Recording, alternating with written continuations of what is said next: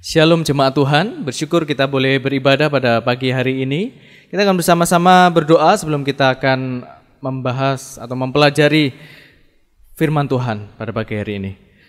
Bapa di dalam surga, kami bersyukur untuk anugerah-Mu bagi setiap kami. Kami bersyukur untuk pemeliharaan-Mu, untuk sukacita, damai sejahtera yang Tuhan sudah karuniakan kepada kami, terutama keselamatan yang Tuhan sudah kerjakan di dalam hati kami pribadi masing pribadi. Kami bersyukur pada pagi hari ini kami boleh beribadah kepada Tuhan, dan tiba saatnya kami akan berdiam diri, memfokuskan pikiran kami, membuka hati kami untuk firman-Mu boleh masuk di dalam hati pikiran kami, membaharui pola hidup kami, cara hidup kami, pemikiran kami, tindak tanduk kami, supaya kami berkenan di hadapan Tuhan. Terima kasih Tuhan, hanya di dalam nama Tuhan Yesus Kristus kami berdoa dan mengucap syukur. Haleluya, amin. Kita akan kembali membahas tema khotbah tentang roti hidup. Tetapi pada kesempatan pagi hari ini, ayat yang diambil dari Yohanes 6 ayat yang ke-35 sampai dengan 40. Kita akan baca bersama-sama. Kata Yesus kepada mereka, "Akulah roti hidup. Barang siapa datang kepadaku, ia tidak akan lapar lagi, dan barang siapa percaya kepadaku, ia tidak akan haus lagi. Tetapi aku telah berkata kepadamu, sesungguh pun kamu telah melihat aku, kamu tidak percaya. Semua yang diberikan Bapa kepadaku akan datang kepadaku, dan barang siapa datang kepadaku, ia tidak akan kubuang. Sebab aku telah turun dari sorga bukan untuk melakukan kehendakku, tetapi untuk melakukan kehendak Dia yang telah mengutus aku. Dan inilah kehendak Dia yang telah mengutus aku, yaitu supaya dari semua yang telah diberikannya kepadaku jangan ada yang hilang, tetapi supaya kubangkitkan pada akhir zaman." Ayat yang ke-40. "Sebab inilah kehendak Bapa-Ku, yaitu supaya setiap orang yang melihat Anak dan yang percaya kepadanya beroleh hidup yang kekal, dan supaya aku membangkitkannya pada akhir zaman." Nah, latar belakang ayat ini adalah ketika Yesus mengajarkan dirinya sebagai roti hidup dari latar belakang pemberian makan kepada 5.000 orang laki-laki, ya, belum termasuk perempuan dan anak-anak, sehingga 5.000 orang lebih Tuhan Yesus memberi makan dengan menggunakan 5 roti dan 2 ikan. Nah, untuk mengajarkan sesuatu yang bersifat rohani, Yesus sering melakukan sesuatu yang bersifat jasmani agar mudah dipahami oleh pendengar pertama. Misalnya, Yesus mencelikan mata orang buta dalam Yohanes 9 ayat yang pertama sampai yang kelima, tujuannya untuk menunjukkan bahwa dirinya sebagai terang dunia. Kemudian Yesus membangkitkan Lazarus dalam Yohanes 11 ayat 17 sampai 25. Tujuannya untuk menunjukkan bahwa dirinya sebagai kebangkitan dan hidup.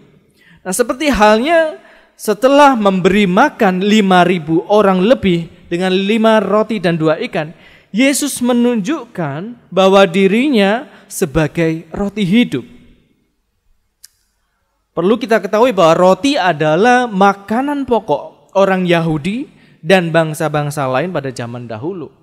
Dan mungkin pada zaman sekarang pun masih ada negara-negara yang mana makanan pokoknya adalah roti atau olahan yang terbuat dari gandum atau jelai. Nah, kita akan mempelajari makna roti hidup. Yang pertama, roti hidup adalah kebutuhan pokok atau kebutuhan mutlak umat manusia. Seperti halnya roti yang menjadi makanan pokok masyarakat Yahudi dan bangsa-bangsa lain ketika itu, sedangkan ikan hanyalah pelengkap, bukan menu utama. Yang merupakan menu utama adalah roti. Sehingga ikan itu bisa digantikan dan boleh digantikan dengan menu yang lain, misal sayuran gitu ya, daging gitu, itu boleh. Sedangkan roti tidak bisa digantikan. Atau kalau belum makan roti, belum dikatakan makan gitu ya. Seperti kalau kita orang Indonesia kalau belum makan nasi itu belum dikatakan makan gitu ya. Kadang sebagian orang juga kalau hanya makan mie itu kurang, harus ada nasi putihnya juga gitu ya. Jadi karbo ditambah karbo. Nah, nasi atau roti itu menjadi makanan pokok, dalam konteks ini adalah roti ya. Makna rohani dari roti hidup adalah tentang keselamatan yang hanya ada dalam Yesus Kristus. Keselamatan sifatnya eksklusif, bukan alternatif. Yesus adalah satu-satunya jalan keselamatan. Satu-satunya jaminan keselamatan. Tidak ada yang lain. Tidak bisa digantikan dengan hal lain, dengan pribadi lain, dengan idealisme yang lain, dengan agama yang lain. Bahkan agama Kristen pun tidak bisa menyelamatkan. Hanya pribadi Yesus Kristus. Tidak ada alternatif yang lain. Jadi keselamatan sifatnya eksklusif, bukan alternatif. Ada pepatah terkenal yaitu banyak jalan menuju Roma ya, yang memiliki arti bahwa ada lebih dari satu cara untuk mencapai tujuan yang sama. Nah, pepatah ini muncul karena adanya ekspansi yang dilakukan oleh Imperium Romawi pada 312 sebelum Masehi untuk menaklukkan wilayah jajahannya. Nah, Imperium Romawi menyadari betul bahwa wilayah taklukannya itu harus menyetorkan semacam upeti gitu ya kepada Kekaisaran Romawi. Maka Kekaisaran Romawi, Imperium Romawi ini membangun jalan dari berbagai wilayah taklukannya menuju Romawi. Nah, di layar Bapak Ibu Saudara sekalian ini saya tampilkan peta Peutinger ya, yang menggambarkan wilayah Imperium Romawi.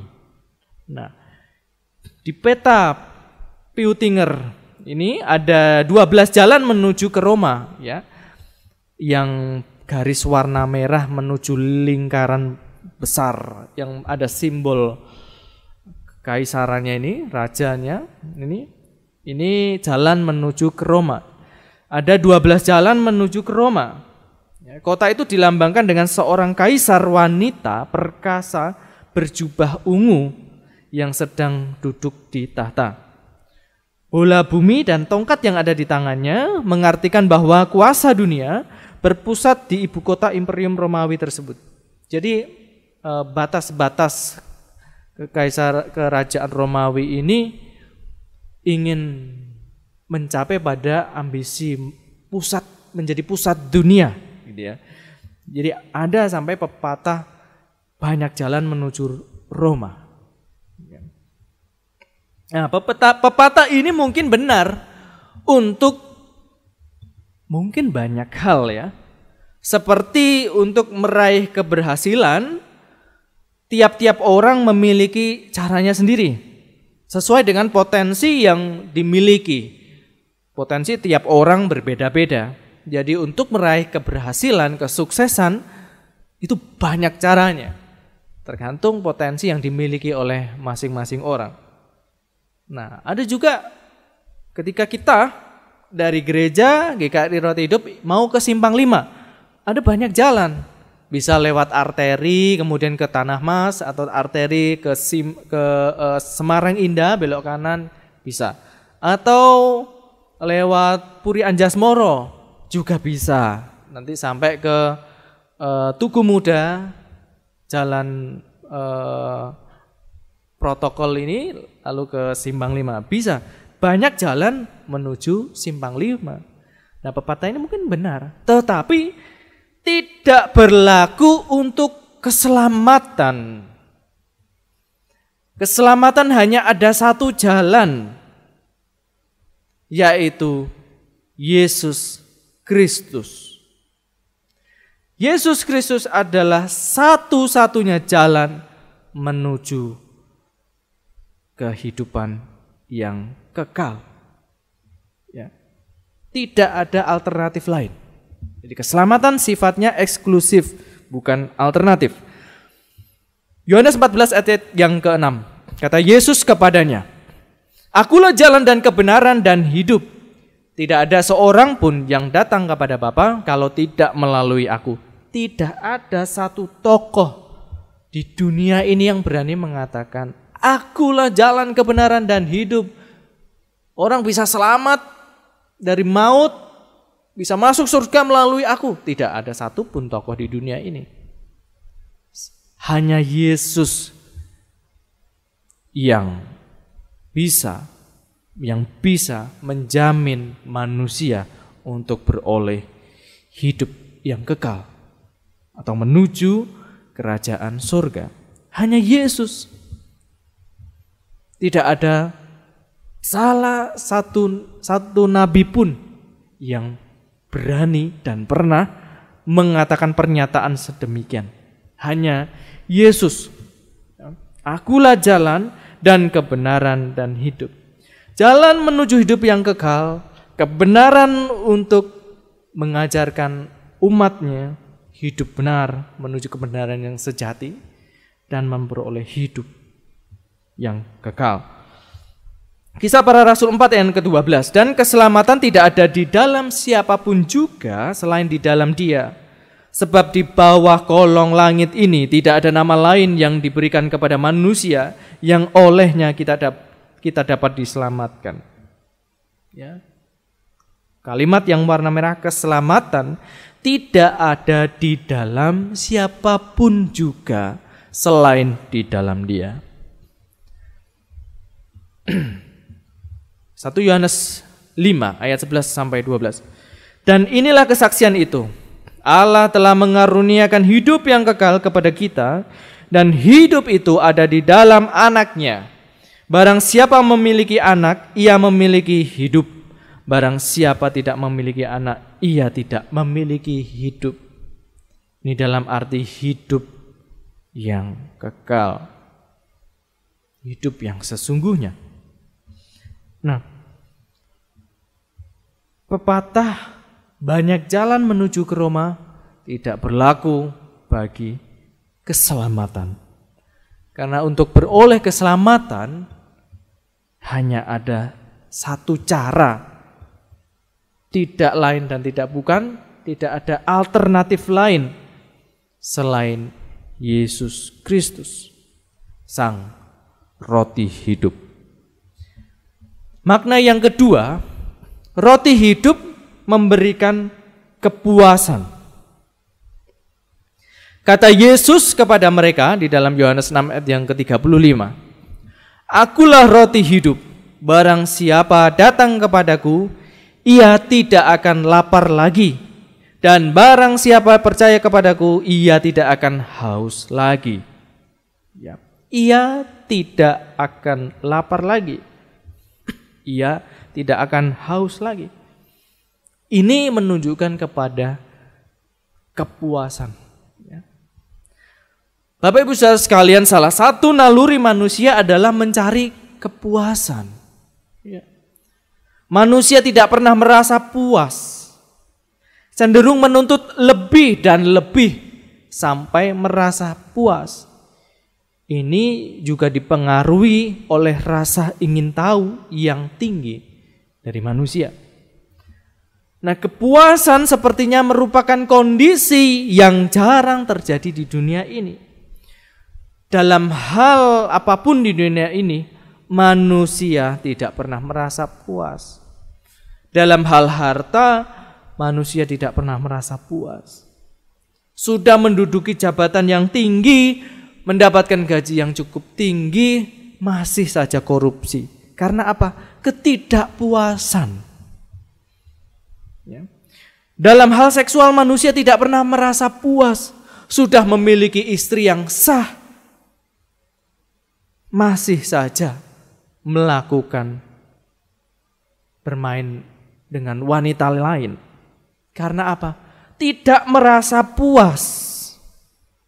Dalam hal pernikahan manusia tidak merasa puas. Tidak puas dengan istrinya yang saat ini sehingga mencari selingkuhan. Gitu ya. Mencari perempuan idaman lain, mencari pria idaman lain. Gitu ya. Karena apa? Tidak merasa puas. Dalam hal prestasi manusia tidak merasa puas. Kalau tidak mendapatkan ranking 1, depresi, frustasi, sampai harus keluar banyak uang untuk les macam-macam begitu ya. Karena apa? Tidak merasa puas. Sampai mencontek ya, menghalalkan segala cara gitu ya. Kalau ujian, kalau zaman dulu saya ujian nasional itu ada beberapa teman yang sampai beli kunci jawaban. Ya, ingin mencapai prestasi bagaimanapun caranya dapat nilai yang tinggi. Karena apa? Tidak merasa puas. Prestasi tidak hanya di dunia pendidikan Bapak Ibu, tetapi di dalam pekerjaan pun ingin mencapai prestasi dengan berbagai macam cara, menghalalkan berbagai cara. Kenapa? Tidak puas dengan posisinya yang saat ini, jabatannya yang saat ini. Dalam hal ilmu pengetahuan, manusia juga tidak merasa puas. Ingin tahu, ingin membuat pengetahuan yang lain, ingin menemukan hal-hal yang baru gitu ya. Karena apa? Tidak merasa puas. Saat ini ada teknologi implan implan otak, Bapak Ibu. Wow, ilmu pengetahuan semakin tinggi, tetapi hati-hati, jangan sampai keluar jalur etika.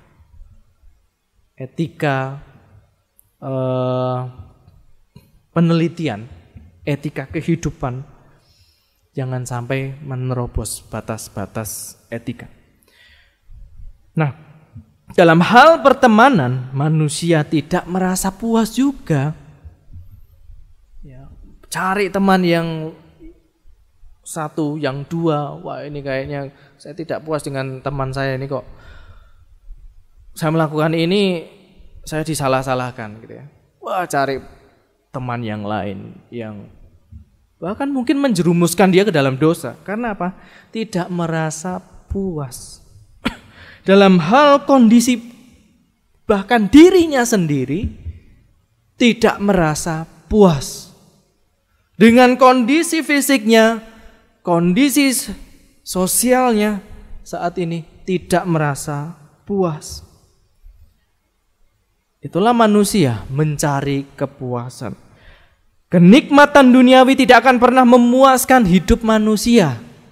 Segala sesuatu yang ada di dunia ini tidak akan pernah mencukupkan rasa puas manusia. Kenikmatan duniawi ini sifatnya semu atau sebentar saja. Nah, ini yang membuat kenapa manusia tidak pernah merasa puas di dunia ini.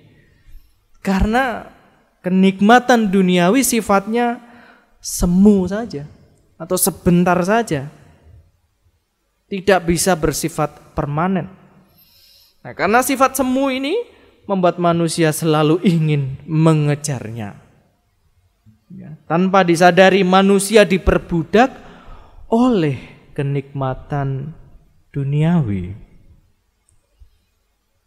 Bapak Ibu Saudara sekalian, kepuasan melibatkan rasa puas. Puas ini artinya kita tidak lagi mendambakan hal lain gitu ya. Ketika rasa lapar kita terpuaskan, kita sudah tidak ingin makan lagi kan? Ketika rasa haus kita terpuaskan, kita tidak lagi menginginkan lebih banyak air lagi, bukan? Kepuasan melibatkan rasa puas. Puas artinya kita tidak lagi mendambakan hal yang lain. Yesus sang roti hidup memberikan kepuasan yang sejati. Dia di ayat Yohanes 6 ayat yang ke-35 dikatakan, barang siapa datang kepadaku, ia tidak akan lapar lagi. Dan barang siapa percaya kepadaku, ia tidak akan haus lagi. Karena apa? Dipuaskan. Sehingga tidak lagi merasa lapar, tidak lagi merasa haus. Ketika kita berada dalam hubungan yang benar dengan Tuhan, jiwa kita merasa puas. Kita tidak lagi mencari kenikmatan duniawi. Fokus hidup kita tidak lagi mengejar kenikmatan duniawi karena kita merasa puas, dipuaskan oleh Tuhan, sang roti hidup. 1 Timotius 6 ayat yang ke-6 sampai 9. Memang ibadah itu kalau disertai rasa cukup memberi keuntungan besar. Bagaimana bisa merasakan cukup? Karena merasa puas, sudah dipuaskan.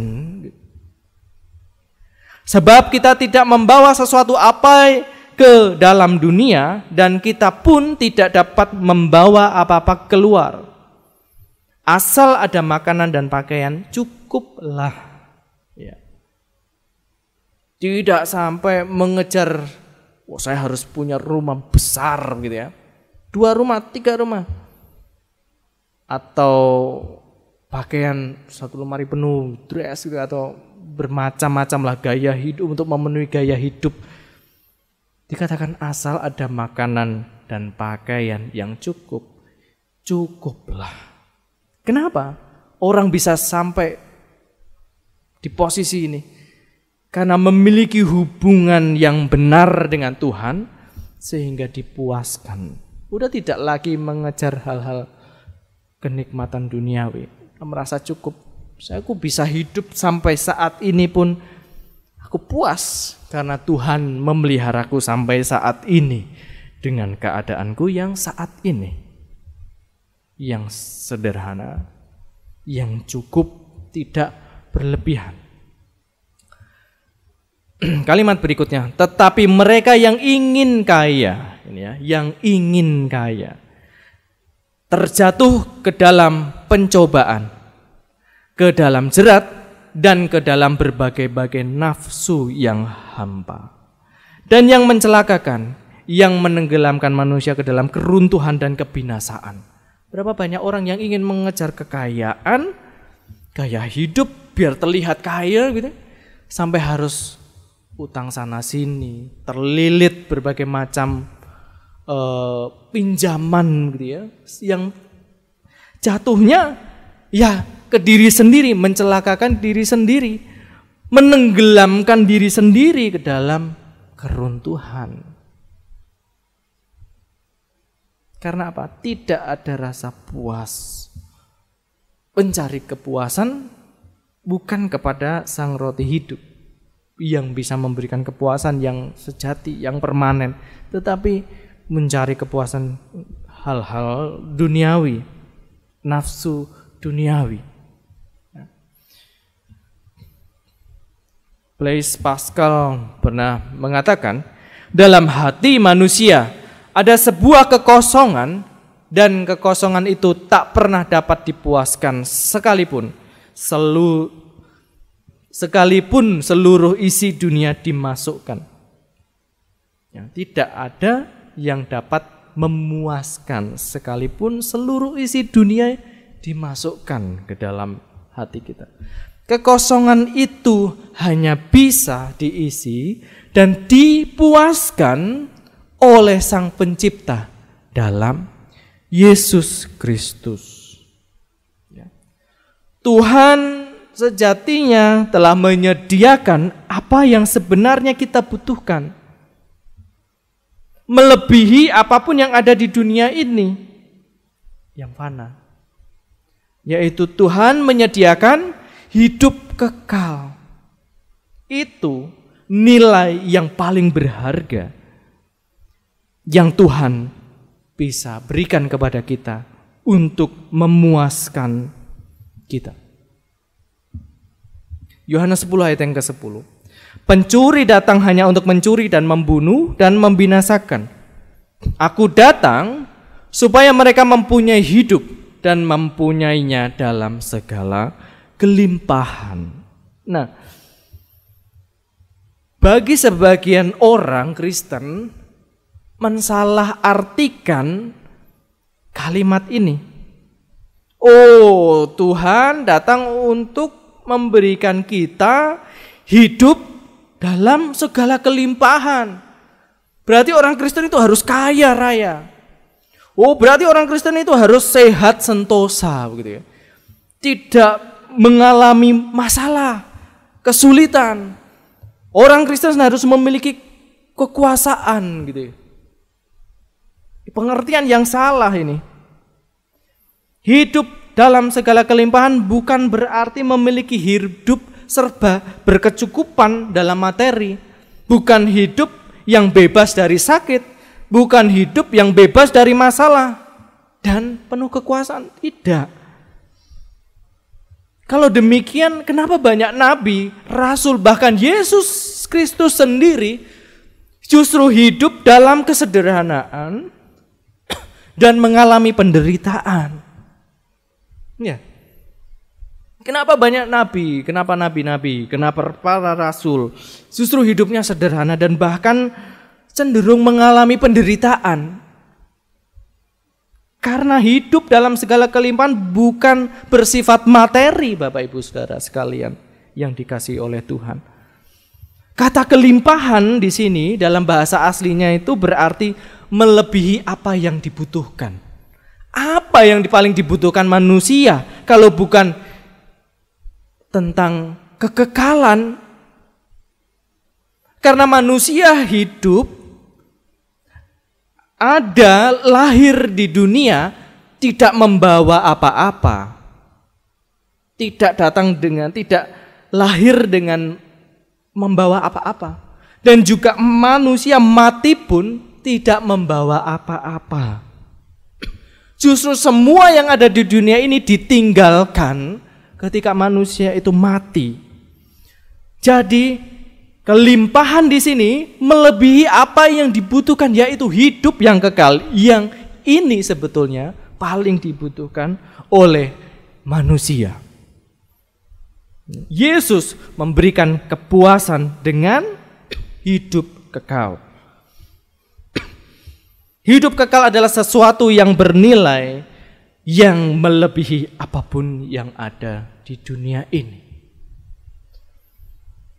Hidup kekal tidak hanya berarti hidup yang akan datang setelah kematian, tetapi hidup kekal juga berbicara tentang kualitas hidup saat ini ketika kita masih hidup. Bagaimana kita memiliki relasi yang intim dengan Tuhan, itulah hidup kekal saat ini. Kualitas hidup, yaitu memiliki relasi yang intim dengan Tuhan, mengalami perlindungan, mengalami pemeliharaan Tuhan dalam keadaan apapun, mengalami persekutuan yang indah dengan Tuhan.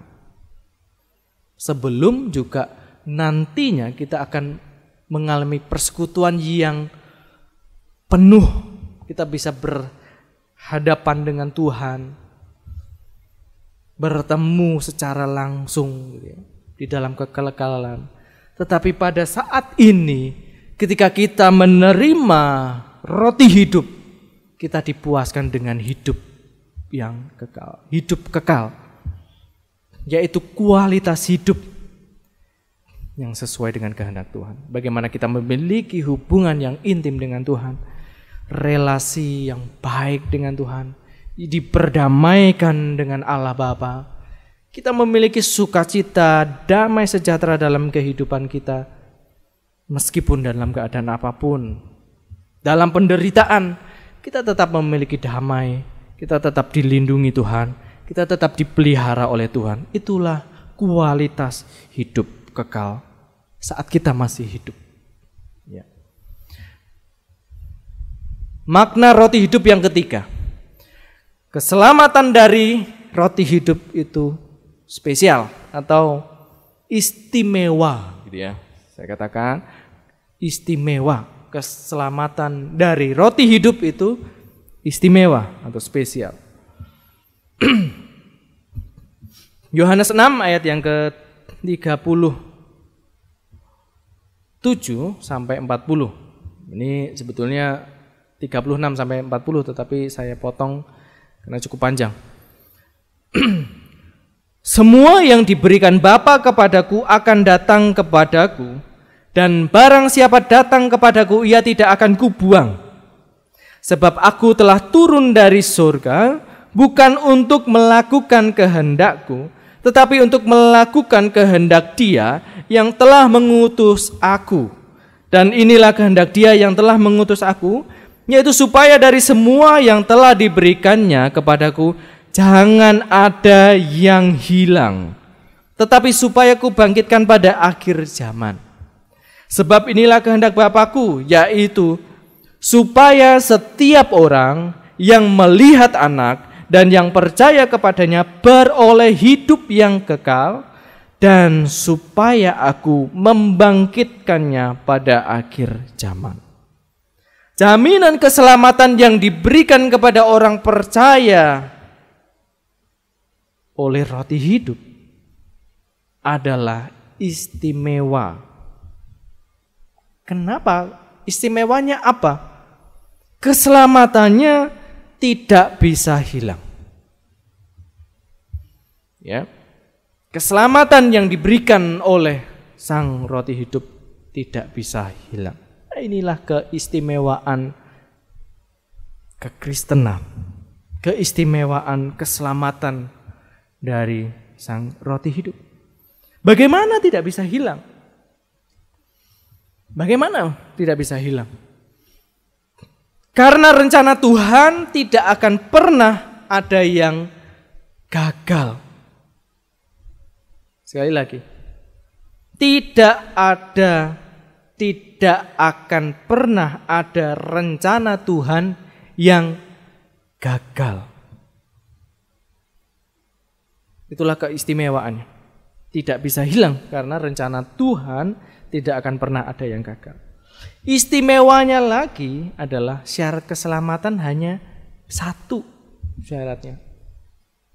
Biasa kalau kita kan suka ya, pasti suka ada yang promo, hal-hal yang promo begitu ya. Bonus gitu. Syaratnya, syarat dan ketentuan berlaku gitu tulisannya. Bahkan lebih dari satu syaratnya. Untuk keselamatan istimewanya, syaratnya hanya ada satu.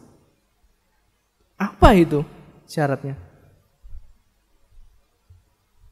Bukan oleh kesalehan kita, bukan oleh perbuatan baik kita, amal perbuatan kita, itu tidak ada artinya di hadapan Tuhan. Di hadapan Tuhan dikatakan seperti kain kotor gitu ya.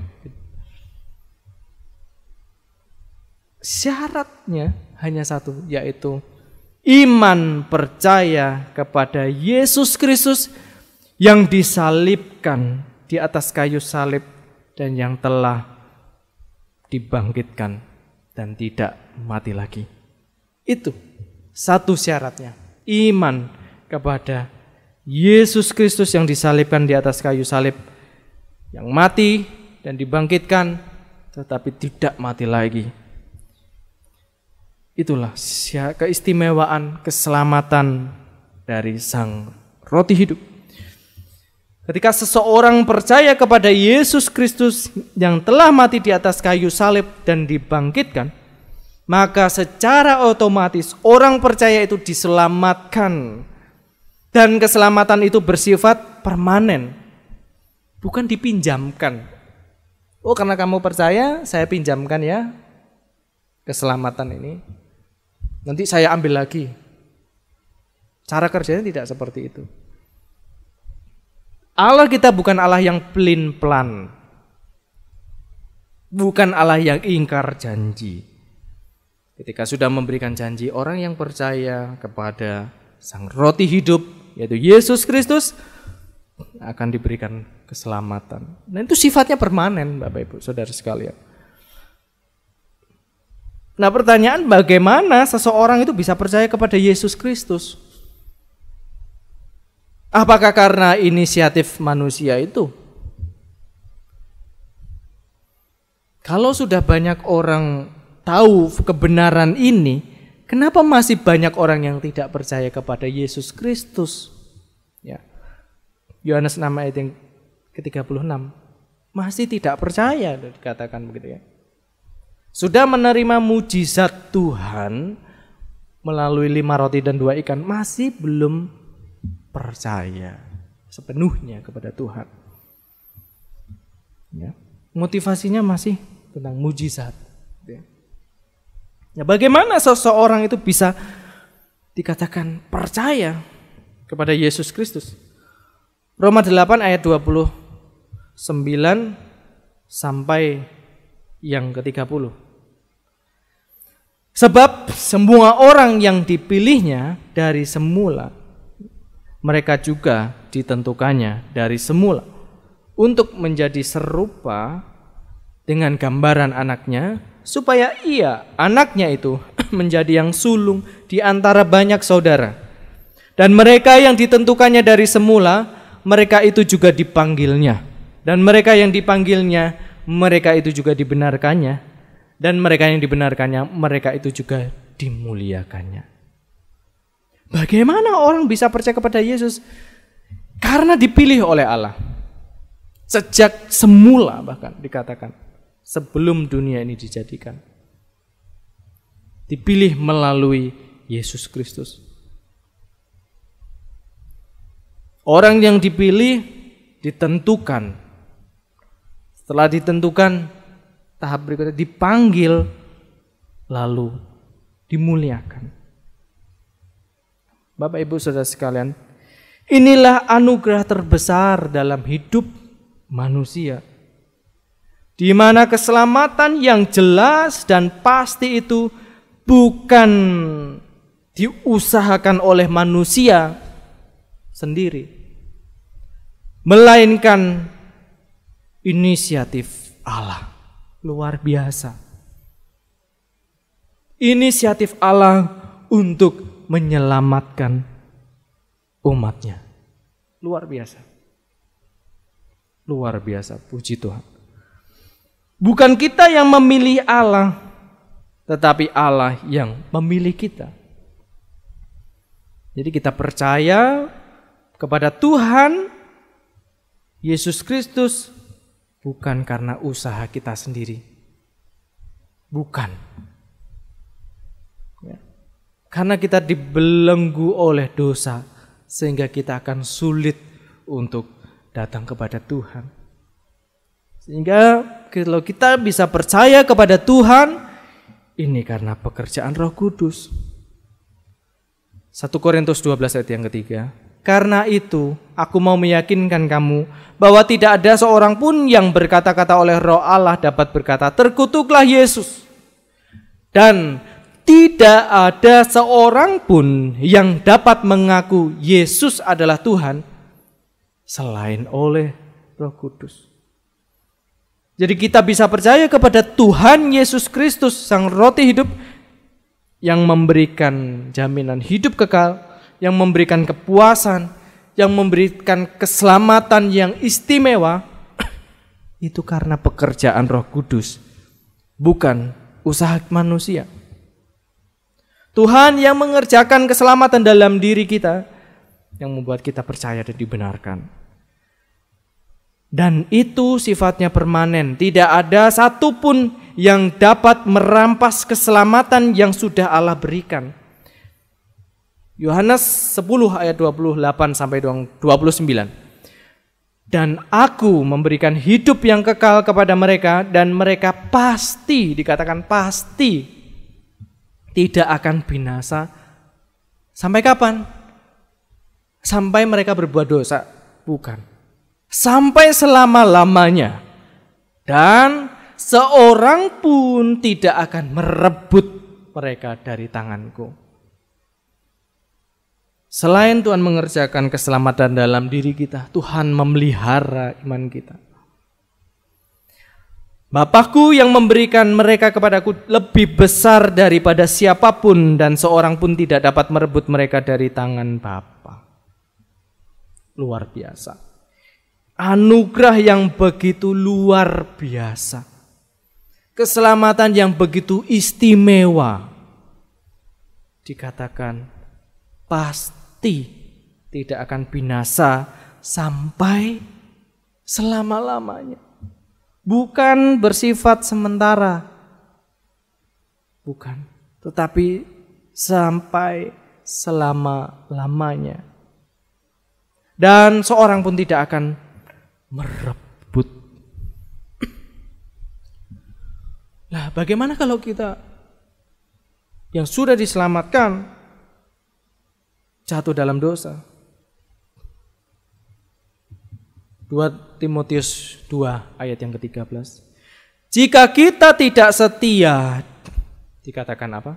Dia tetap setia karena dia tidak dapat menyangkal dirinya.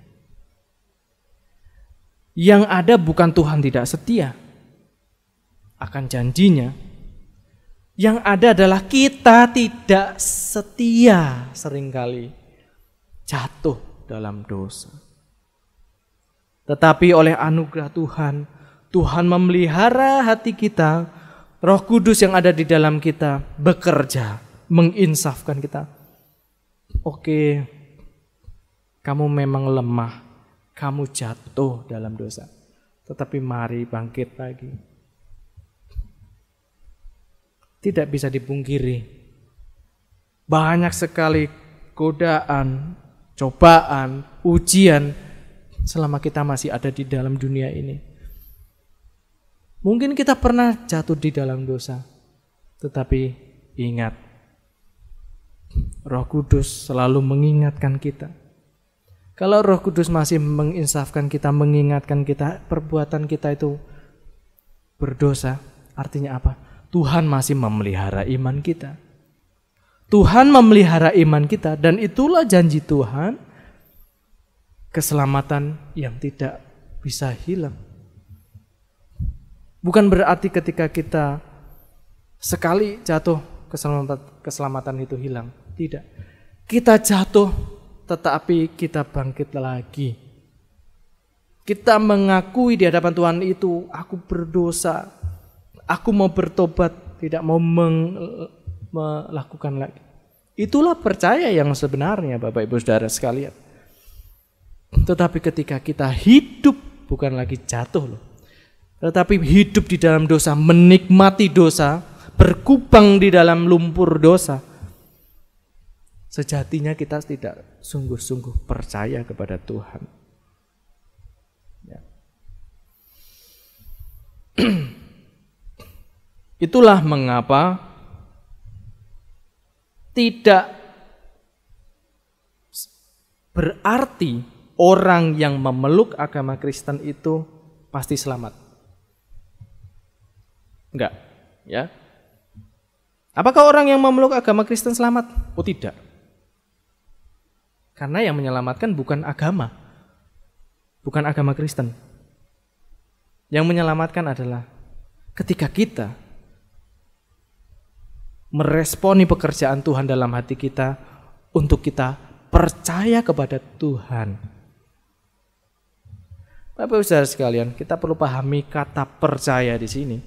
Itu adalah kata pisteo yang menggambarkan partisipasi dalam tindakan aktif yang dilakukan berulang-ulang secara terus-menerus. Jadi kata pisteo ini sifatnya kata kerja, present, active, participle. Jadi artinya adalah menggambarkan partisipasi dalam tindakan aktif. Jadi percaya itu ada tindakan aktifnya. Bukan berarti berdiam diri. Menjauhkan diri dari dunia, mengurung diri, supaya tidak takut nanti kalau keluar digoda gitu ya. takut untuk jatuh dalam dosa. Enggak.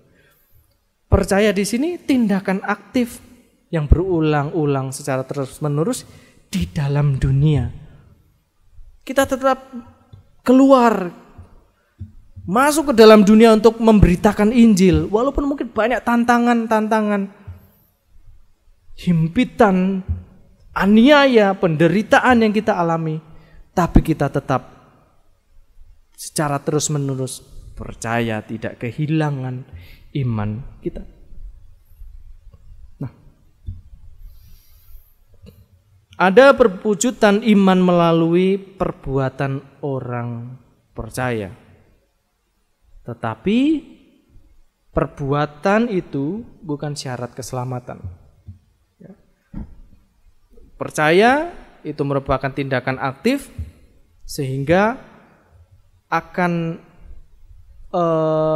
diwujudkan di dalam perbuatan, yaitu perbuatan yang baik.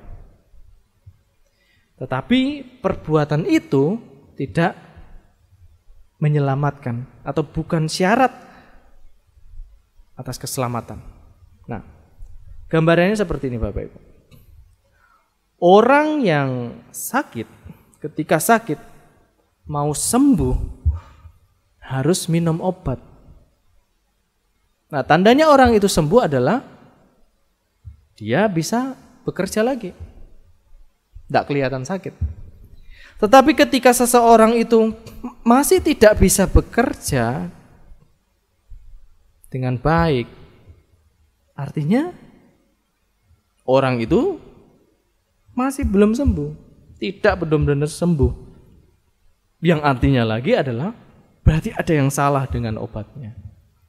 Demikian juga orang yang berdosa yang mau diselamatkan harus memiliki iman.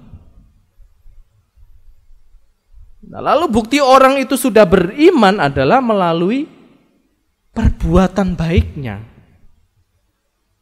Kalau perbuatan baik orang itu tidak menunjukkan kalau perbuatan orang itu tidak menunjukkan pertobatan, maka ada yang salah dengan imannya.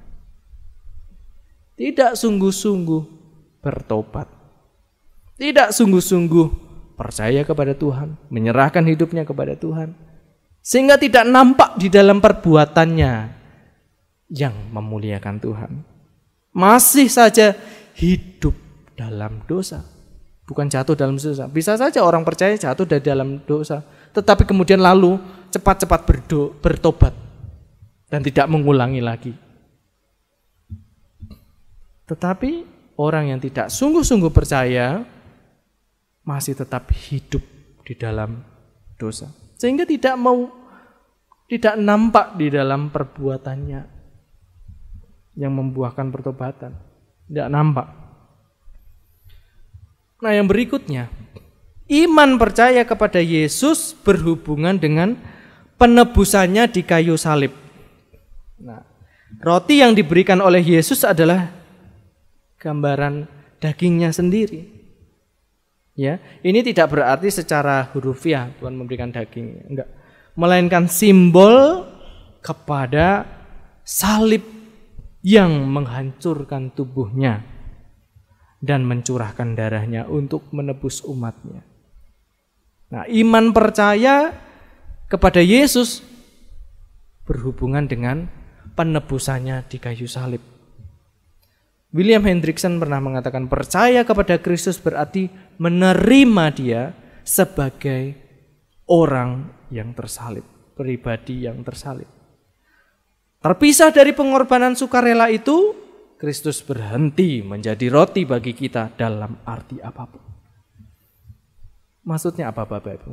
Jangan pernah percaya Yesus hanya sebagai pemberi berkat atau sebagai pembuat mujizat atau sebagai penyembuh penyakit, melainkan percaya Yesus sebagai juru selamat atau penebus dosa yang sudah menggantikan kita di atas kayu salib. Jadi percaya kita karena apa? Percaya bukan karena mujizat Tuhan, bukan karena berkat Tuhan. Bukan karena kesembuhan yang Tuhan berikan. Tetapi karena apa? Kesadaran percaya kita kepada salib Kristus. Itu yang membuat kita tidak sembrono dalam hidup kita.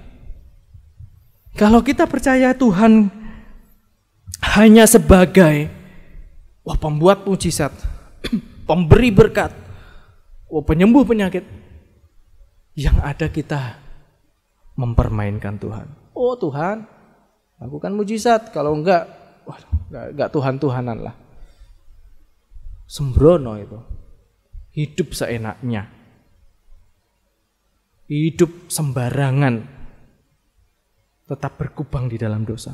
Tetapi ketika iman percaya kita berdasarkan karya penebusan di atas kayu salib, maka kita tidak akan pernah berani hidup sembrono, Bapak Ibu. Lah bagaimana? Kita yang seharusnya menerima maut, mengalami maut, keterpisahan dengan Allah, tetapi Yesus Kristus menggantikannya. Menggantikan kita di atas kayu salib. Seharusnya kita yang mati, kita yang disalibkan. Tetapi Yesus Kristus menggantikan kita. Maka imbasnya adalah kita hidup seturut kehendak Tuhan yang sudah menebus kita. Tidak hidup sembrono. Tidak lagi kita hidup di dalam dosa, mengikuti kemauan dunia. Tidak. Kita hidup berdasarkan apa? Kemauan Tuhan. Tuhan mau aku apa? Aku lakukan. Karena aku sudah menerima penebusan yang luar biasa. Keselamatan yang permanen, yang istimewa, itu bukan alasan atau celah untuk kita hidup sembrono, Bapak Ibu. Bukan. Artinya kalau kita masih hidup sembrono, kita menganggap remeh keselamatan itu, artinya kita tidak betul-betul percaya kepada Tuhan. Kita tidak betul-betul menerima Yesus Sang Roti Hidup itu. Jadi nampak kok. Percaya kita itu nampak melalui perbuatan kita. Percaya yang sesungguhnya berarti perbuatan kita menunjukkan pertobatan kita. Itulah percaya yang sesungguhnya. Banyak orang Kristen yang hanya Kristen KTP, Bapak Ibu. Datang ke gereja hanya waktu Natal gitu ya. Kemudian sudah. Karena kalau Natal itu banyak kado gitu ya. Dapat hadiah, gift macam-macam.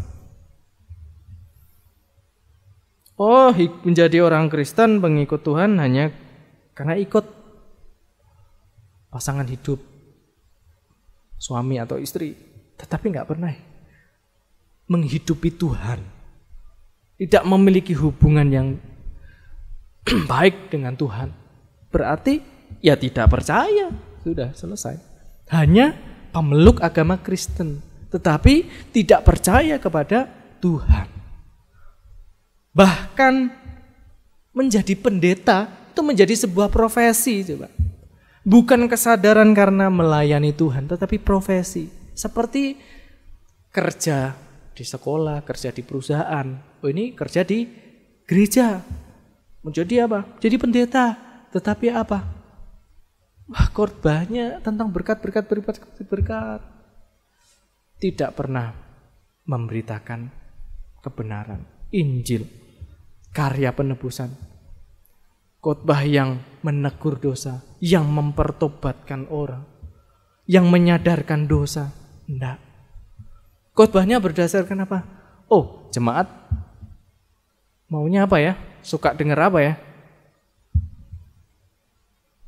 Mengikuti mau manusia, bukan mengikuti mau Tuhan.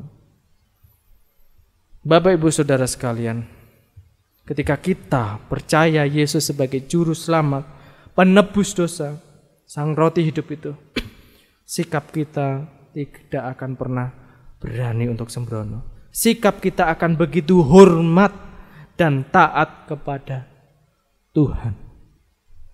Karena Tuhan, Sang Roti hidup itu, yang sudah menjamin hidup kekal, yang sudah memberikan kepuasan. Jadi kita tidak lagi mencari kepuasan duniawi, dan yang memberikan keselamatan istimewa yang tidak bisa direbut oleh siapapun juga. Keselamatan yang sifatnya tidak sebentar atau sementara, tetapi yang sifatnya permanen. Sehingga kiranya ini membuat kita hidup semakin seturut kehendak Tuhan.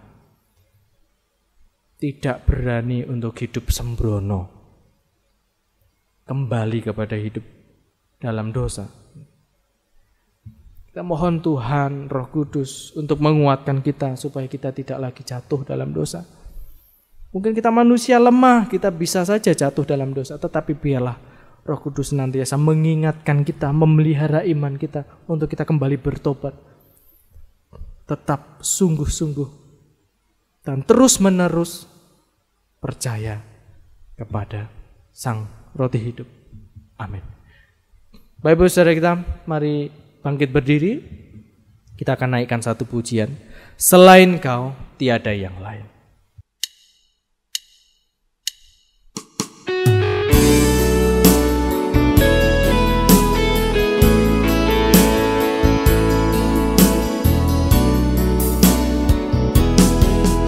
Selain Kau tiada yang lain. Ada pada di surga.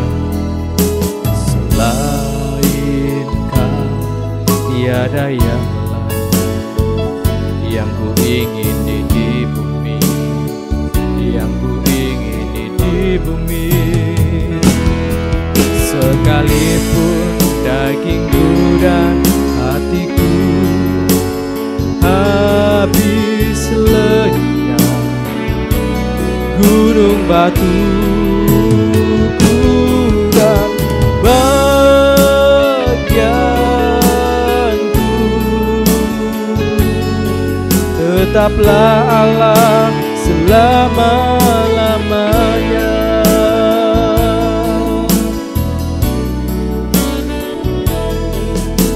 Selain Kau tiada yang lain.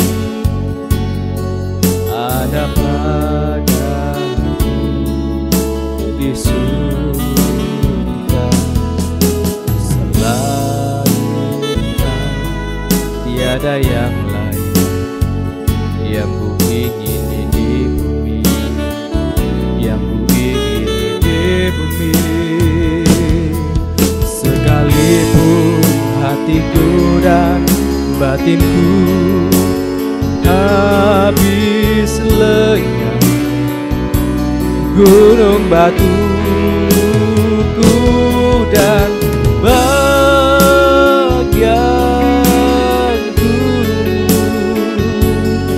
tetaplah Allah selama-lamanya. Sekalipun hatiku dan batinku habis lenyap, gunung batuku dan bagianku,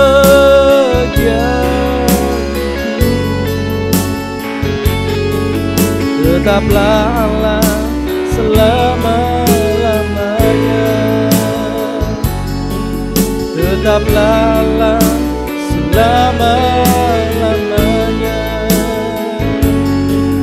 Tetaplah Allah selama-lamanya.